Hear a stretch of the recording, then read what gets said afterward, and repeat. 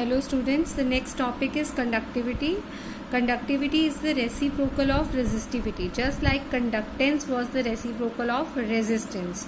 So following the formula of resistivity rho was RA upon L. So conductivity will be reciprocal of rho, that is L upon RA. Similarly, its units will be reciprocal of the units of resistivity, that is ohm inverse, meter inverse, or ohm inverse is also called Siemens. So Siemens meter inverse, Siemens per meter. Then choice of the material of the wire. The next topic is choice of material of a wire. Now different kinds of wires are used for different purposes.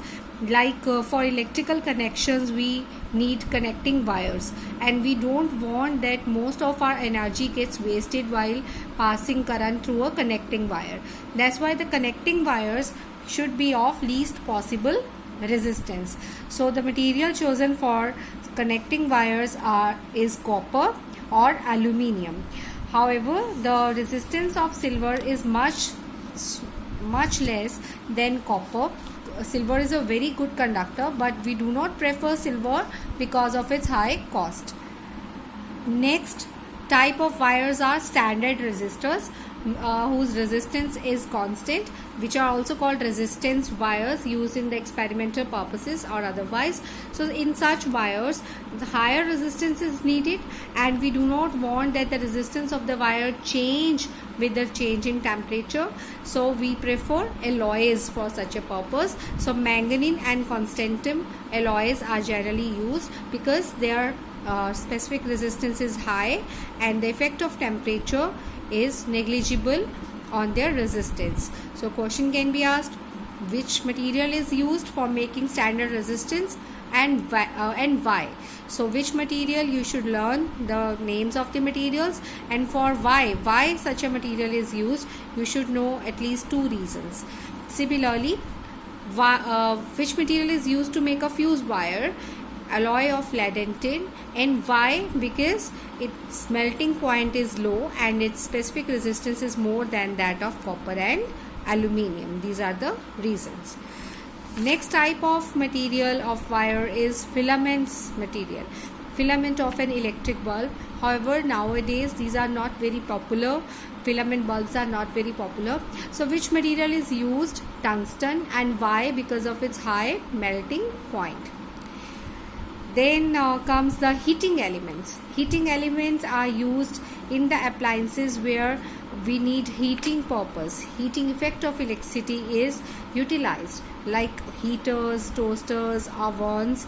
So in these kinds of appliances the material uses nichrome. Why nichrome wire is used? Because nichrome's specific resistance is very high and it increases to a great extent. So when current is passed through it, its temperature increases and as well as resistance increases, and because we need high temperature, because of high resistance, high temperature can be generated. The last topic under this section is superconductors. What are superconductors? As the name suggests, these are the substances which show zero resistance and infinite conductance. So their conductivity is infinite, but such a situation arises at a particular temperature. So certain substances like lead, tin, when their temperature is decreased almost near absolute zero, their resistance becomes zero. So such substances are called superconductors. So because of the infinite conductivity, the current once starts flowing in a superconductor, it persists even when there is no potential difference after that. Now thus we can define superconductor as a substance of zero resistance at a very low temperature. Other examples are mercury, which becomes superconductor at a temperature below 4.2 Kelvin, lead, then niobium's example is also there in your books. Now the question arises, why these superconductors are not in common use? The reason is, to achieve such a low temperature is very difficult and very costly process. However, they can be very useful if it is possible to attain superconductivity at room temperature, and the research is still going on this. If such a situation is attained, then the size of computers could then be reduced to a few centimeters, and the power lines could then be made as thin as a single wire. I hope you have enjoyed all these lectures. Please read properly and try to learn the concepts. All the best. Thank you.